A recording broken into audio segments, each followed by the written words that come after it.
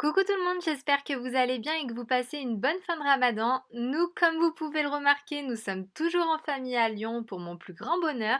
Et du coup, malgré le fait que je ne sois pas chez moi, je tenais absolument à faire mes propres gâteaux. Donc j'ai emprunté la cuisine de ma sœur durant quelques heures. Et vu qu'à la base nous devions faire l'Aïd uniquement mon mari et moi à Istanbul, j'avais fait une petite commande sur Shein pour faire une jolie table pour deux dans les tons dorés et crème. Donc je me suis dit bah pourquoi pas vous la montrer et peut-être que ça vous donnera des idées.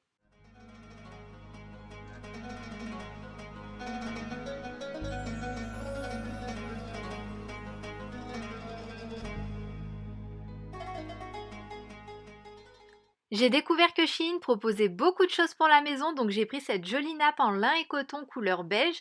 Moi je l'ai prise dans la plus grande dimension car ma table de salle à manger à Istanbul fait 2,50 m.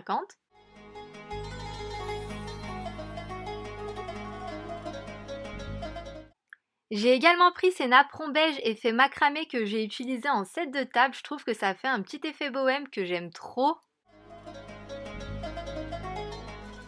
J'ai choisi un set de couverts doré et blanc, ça faisait longtemps que j'en voulais des comme ça. C'est un set qui comprend une cuillère, une fourchette, un couteau et une petite cuillère.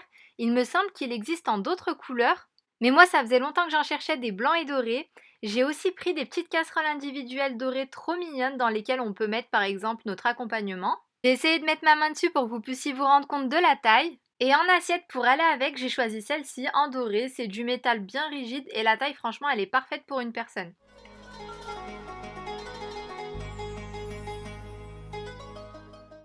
Et pour compléter mon petit service, j'ai pris ce porte-gâteau sur 2 niveaux que vous verrez bien garni à la fin de la vidéo. Bon, à la base, j'avais commandé pour faire une table que pour 2 personnes, mais maintenant que j'ai tout reçu, je trouve ça tellement mignon que j'ai trop envie d'en commander plus pour pouvoir compléter et faire un service pour 6.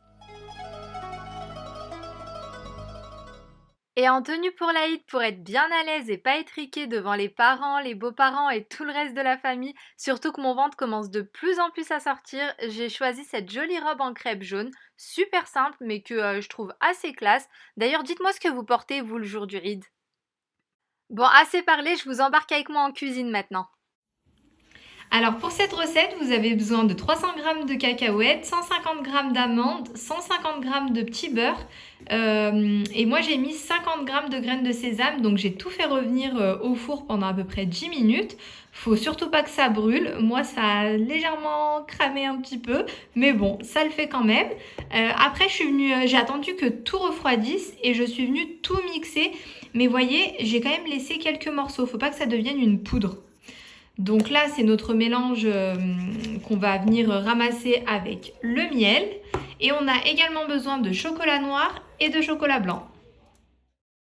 Il m'a fallu environ 250 g de miel pour tout ramasser et que mon mélange forme une pâte qui se tient.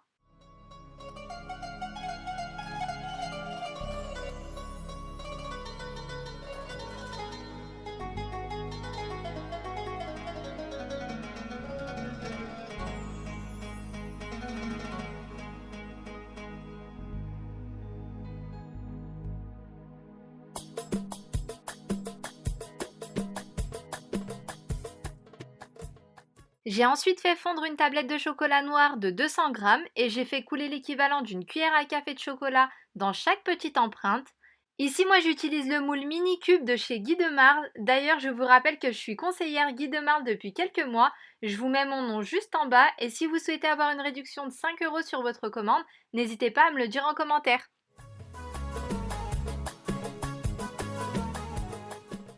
Une fois que j'ai rempli toutes les empreintes, je mets mon moule au congélateur quelques minutes, juste le temps que le chocolat se fige, et ensuite je dépose une petite boule de ma pâte dans chaque petit cube.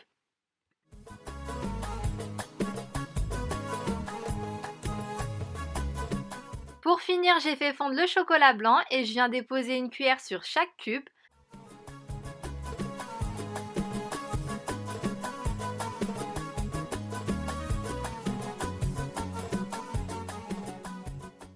J'avais pas de spatule coudée, donc moi j'ai utilisé un racloir pour bien tout étaler.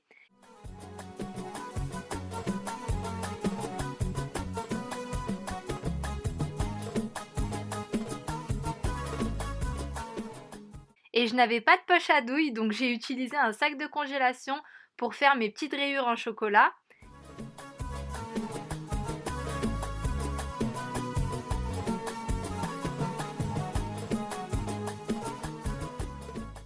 Et à la fin, j'utilise un cure-dent pour donner un effet, vous savez, un peu comme sur les millefeuilles.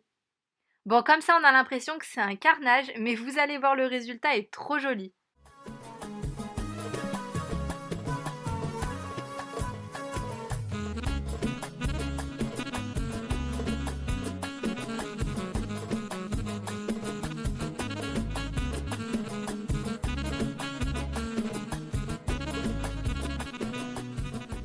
Pour cette recette, on va avoir besoin de noix de coco râpée, de lait concentré sucré et on va avoir besoin de petites boules. Alors soit vous prenez celle-ci, soit vous prenez des maltesers, c'est super bon aussi avec des maltesers. En fait, c'est super simple, je vais juste venir ramasser la noix de coco avec le lait concentré sucré et je vais mettre une petite boule au centre et former une boule et finir par mettre mes petites boules dans des petites caissettes comme celle-ci. Bon, cette recette, honnêtement, je ne sais même pas si on peut appeler ça une recette, tellement, il y a rien à faire. Mais tester, c'est super bon. Et ne rigolez pas, mais dites-vous que c'est l'un des gâteaux préférés de mon mari.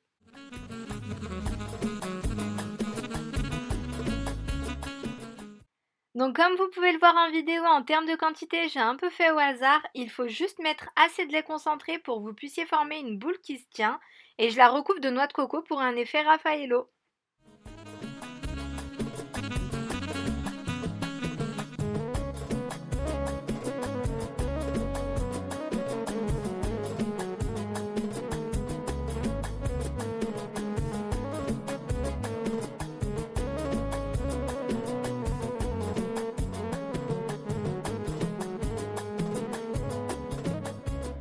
Alors pour cette recette, on va faire des petites tartelettes caramel beurre salé chocolat.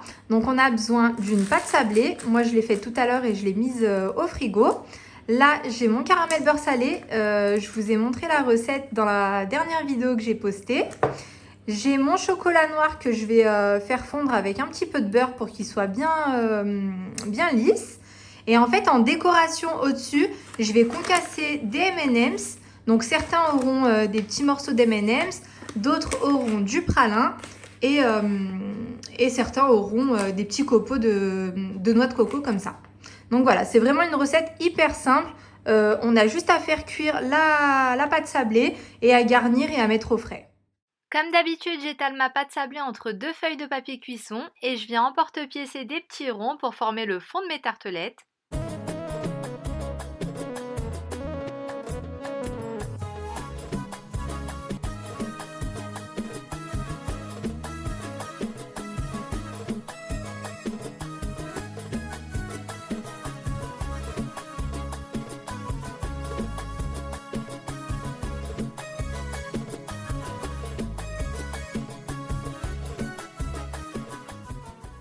Une fois les fonds de tartelettes refroidis, je garnis avec une cuillère à café de caramel beurre salé.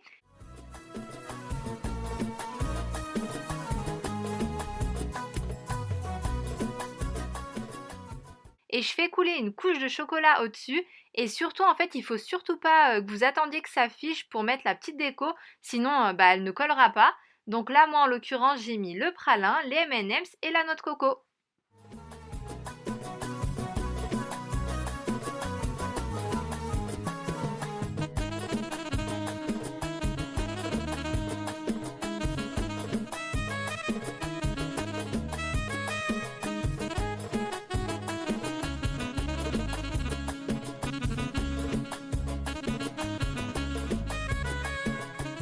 Alors pour cette recette, on va avoir besoin de 250 g de spéculoos. Donc là, je l'ai mixé et on a une poudre bien hachée.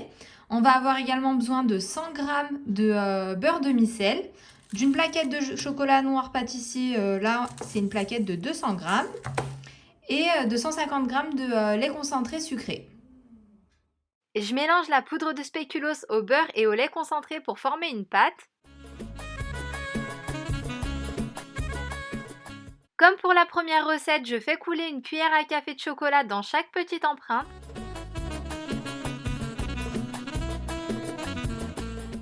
Je mets au frais pour que le chocolat fige et je complète les cubes avec la pâte de spéculoos.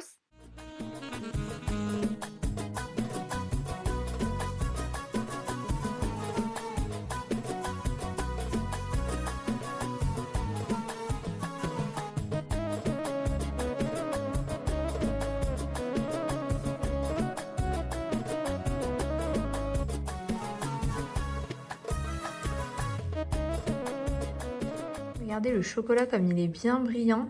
Et là, on peut venir déposer soit une petite pistache, soit des petites feuilles d'or, soit une noisette. Enfin, vous mettez ce que vous voulez. Nous, on va les laisser comme ça, je pense, parce que ben, on n'est pas fan des pistaches. Mais franchement, c'est trop trop mignon.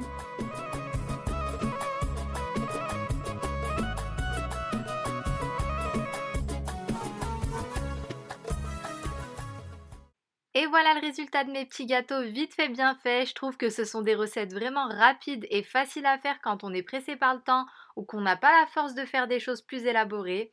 J'espère vraiment que cette vidéo vous a plu. Je vous souhaite à tous Eid Mubarak en avance et je vous fais plein de gros bisous.